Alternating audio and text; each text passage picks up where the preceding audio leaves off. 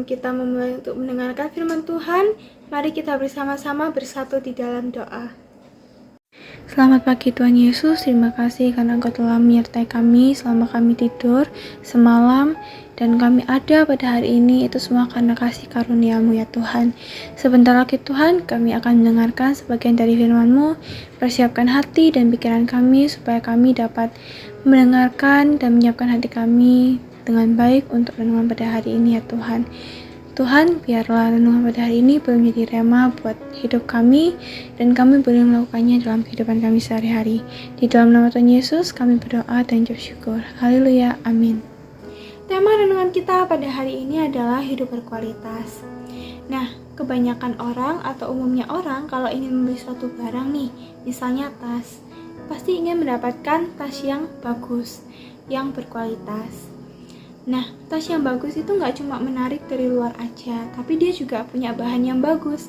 Misalnya bahannya yang kokoh, resletingnya yang nggak cepet rusak, desainnya yang nggak cepet luntur, dan mungkin jahitannya yang rapi gitu ya. Nah, tapi biasanya tas yang seperti itu punya harga yang relatif mahal, tapi sepadanlah dengan kualitas yang diberikan. Nah, kita baca bareng-bareng di Mazmur 90 ayat yang ke-12. Mazmur 90 ayat yang ke-12, ajarlah kami menghitung hari-hari kami sedemikian, hingga kami beroleh hati yang bijaksana.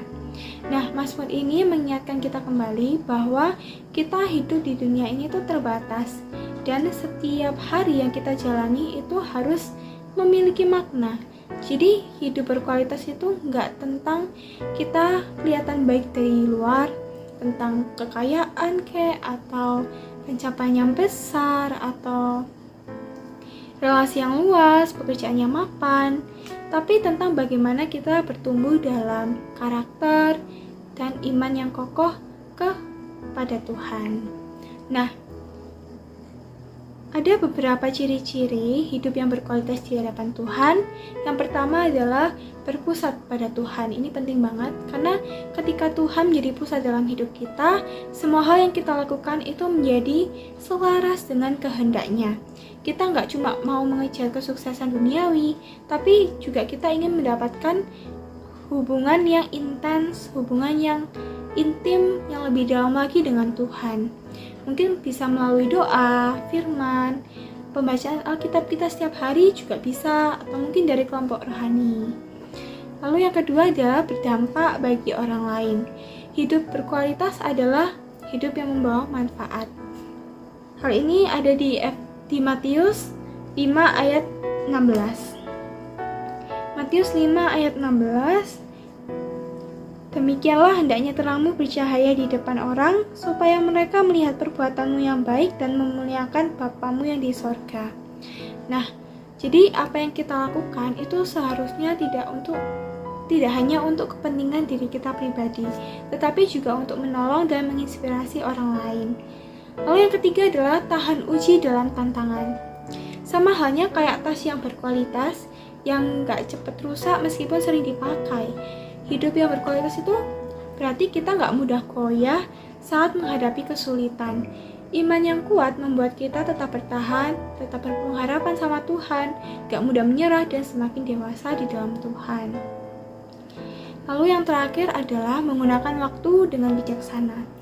Jadi teman-teman, hidup kita ini singkat, jadi waktu yang kita miliki itu adalah sebuah anugerah.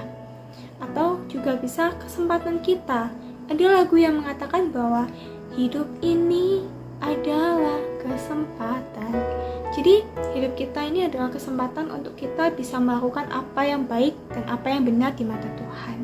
Nah, sebagai ayat penutup ada Efesus 5 ayat yang ke-16. Efesus 5 ayat yang ke-16, dan pergunakanlah waktu yang ada, karena hari-hari ini adalah jahat. Sebelum kita tutup renungan firman Tuhan pada hari ini, mari kita bersatu di dalam doa. Ya Tuhan, terima kasih karena Engkau telah memberkati dan menyertai kami sepanjang renungan pada hari ini Tuhan. Kami dapat mengerti bahwa Apa yang kami lakukan pada hidup ini, kami harus lakukan itu semua hanya untuk demi nama-Mu ya Tuhan. Dan sebagai Tuhan, kami akan melanjutkan aktivitas kami masing-masing.